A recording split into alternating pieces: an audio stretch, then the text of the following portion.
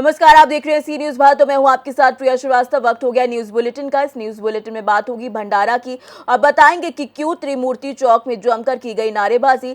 साथ ही बताएंगे कैसे कर्नाटक में मस्जिद को गिराए जाने के खिलाफ एसडीपीआई कार्यकर्ताओं ने किया विरोध प्रदर्शन और बात करेंगे रायगढ़ की, जहां जमीनी विवाद को लेकर की गई हत्या। ऐसी तमाम खबरों पर डालेंगे नजर इस न्यूज बुलेटिन में।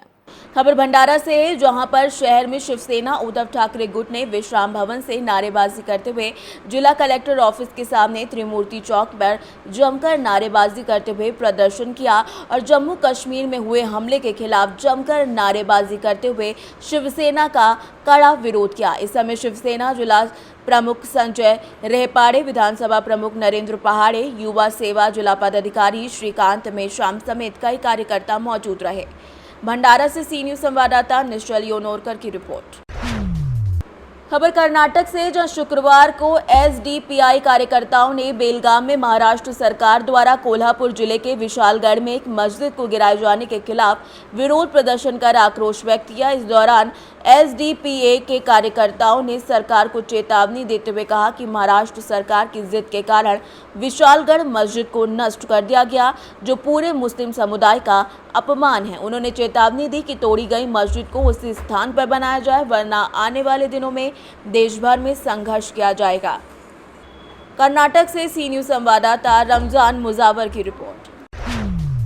खबर नासिक से, जो राज्य में महागठबंधन सरकार द्वारा महिलाओं के लिए शुरू की गई मुख्यमंत्री मेरी लाडली बहन योजना आज चांदवड तहसील में भारतीय जनता पार्टी की ओर से इच्छापूर्ति लॉन निगमवान में विधायक डॉक्टर राहुल दादा आहेर के हाथों से लॉन्च की गई। उद्घाटन कार्यक्रम में बड़े हर्षोल्लास के साथ एक कार्यक्रम आयोजित किया गया। इस उद्घाटन कार्यक्रम में हजारों माताएं और बहनें उपस्थित रहीं। लाडकी बहीण योजना ही अत्यंत प्रभावीपणे आपल्या राज्यामध्ये राबवण्याचं काम चालू आहे। त्याच पद्धतीने आपल्या चांदवड देवळा विधानसभा क्षेत्रामध्ये शेवटच्या लाभार्थ्याला ह्या मुख्यमंत्री माझी लाडकी बहीण योजनेचा लाभ मिळावा याच्यासाठी आपण जिल्हा परिषद आणि पंचायत समितीच्या प्रत्येक गणामध्ये असे कॅम्प घेतो आहे। आज निमगव्हाणला आपल्या वायगाव गणाचा हा कॅम्प घेतला असताना मोठ्या प्रमाणामध्ये इथं महिला लाभार्थ्यांना आपण मुख्यमंत्री माझी लाडकी बहीण योजनेचे फॉर्म भरून घेतलेले आहे। माझं आपल्यामार्फत सर्व माता भगिनींना आव्हान आहे, तसंच व्हिडिओ असतील, पंचायत समितीच्या सर्व अधिकारी आणि अंगणवाडी सेविकांना आव्हान आहे की आपण शेवटच्या लाभार्थ्यांपर्यंत पोहोचावं आणि ही अत्यंत चांगली आणि क्रांतिकारी असली मुख्यमंत्री माझी लाडकी बहीण योजना याचा लाभ आपल्या सर्व माता भगिनींना मिळेल अशी आपल्यामार्फत अपेक्षा आहे। आप चल रही है, इसके बारे में आपका क्या कहना है? इसके बारे में मेरा ये कहना है कि जो भी आज इस योजना के बारे में मुख्यमंत्री जी ने आपको जो भी कुछ इंट्रोडक्शन दिया है, तो सभी महिला ने उसका करना ज़रूरी है और जल्द से जल्द फॉर्म भर के सब लोगों तक ये मालूमात देनी भी ज़रूरी है और जल्द से जल्द सबने इसकी योजना का लाभ लीजिए। यहाँ पर जो भी चल रहा है वो ठीक ठाक चल रहा है? सब ठीक ठाक चल रहा है, पर बस जो भी पब्लिक है उन लोगों ने साथ दीजिए। आशा कार्यकर्ता और आंगनवाड़ी कार्यकर्ता के बारे में तो तुम्हारी तरफ कोई आया था? जी हाँ, आए थे, लेकिन सबने हमारे आके मालूमात दी है कि आप सब लोग लाडकी बहन योजना का लाभ लीजिए। या ठिकाणी शासनाने जी योजना अंमलात आणली, जो इथे एका म्हणजे छताखाली कार्यक्रम राबविला, त्या कार्यक्रमामध्ये बहुतांश पद्धतीने महिला इथे जमा झालेल्या आहे। सर्वांचं काम अति भरभराटीने चालू आहे। ज्यांना रेशन कार्ड नाही त्यांना रेशन कार्ड पण काढून देतात ते, ज्यांचं नाव ऑनलाईन नाही ते पण होतं, त्याची पण सुविधा आहे। ज्या महिलेचं नाव बँकेत पोस्टात खातं ओपन केलेलं नाही आहे ते पण खातं इथे ओपन करून देतात ते। सगळ्या सुविधा इथे उपलब्ध आहे।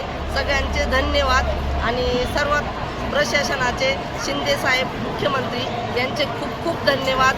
सर्व महिलांना खूप आनंद होतोय। या ठिकाणी सर्वात जास्त श्रम अंगणवाडी सेविका आणि आशा सेविकांनी केलेले आहे। नासिक से सी न्यूज संवाददाता सुनील सोनवड़े की रिपोर्ट। खबर रायगढ़ से, जहां भारतमाला प्रोजेक्ट में आई जमीन को लेकर दो चचेरे भाइयों ने मिलकर हत्या जैसी गंभीर वारदात को अंजाम दिया। डंडे से ताबड़तोड़ प्रहार कर वारदात को अंजाम देने के बाद लाश को मांड नदी में फेंक दिया। मामला धर्म जयगढ़ थाना क्षेत्र के ग्राम पुलाई 8 का है, जहां शुक्रवार को धर्मरायगढ़ के मांड नदी में मिली लाश के बाद इलाके में सनसनी फैल गई।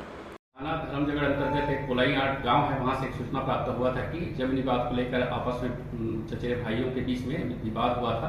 इस बात को लेकर के एक व्यक्ति की मृत्यु हो गई है। इसकी सूचना जो है मृतक के भाई के द्वारा दिया गया था। उक्त सूचना के आधार पर हमारा धर्मजगढ़ का जो पुलिस टीम है वो पहुंची हुई थी और इस पूरे प्रकरण की छानबीन कर रही थी। इसी दौरान जो है सूचक के निशानदेही पर मृतक को खोजने का प्रयास किया गया, परंतु मृतक मिल नहीं गया था।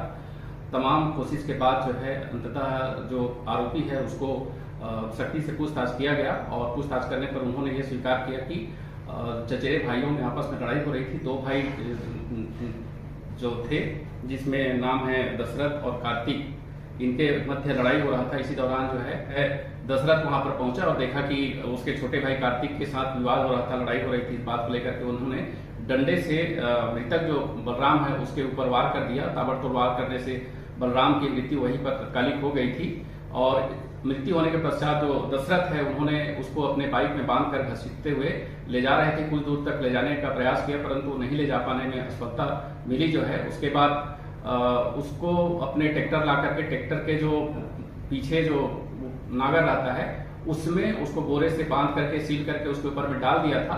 तत्पश्चात इसको ले जा करके 15 किलोमीटर जो दूर जो गांव है खमहार करके, वहां पर एक पुल पड़ता है, उस पुल के ऊपर रेलिंग है, वहां से उन्होंने उसको मांड नदी में फेंक दिया था।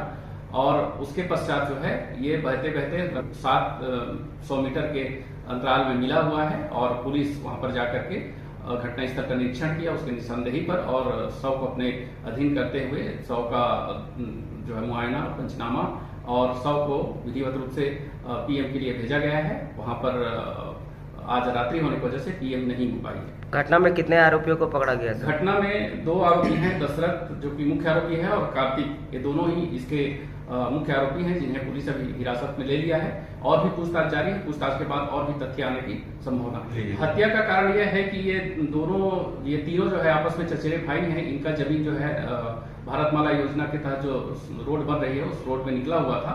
उसमें जो है जो जमीन रोड में निकली थी उसका अदला बदली के मैटर को लेकर के आपस में विवाद हो रहा था और इसी विवाद की वजह से दशरथ और कार्तिक में आपस में विवाद हो रही थी और बलराम की मृत्यु इसीलिए हुई है।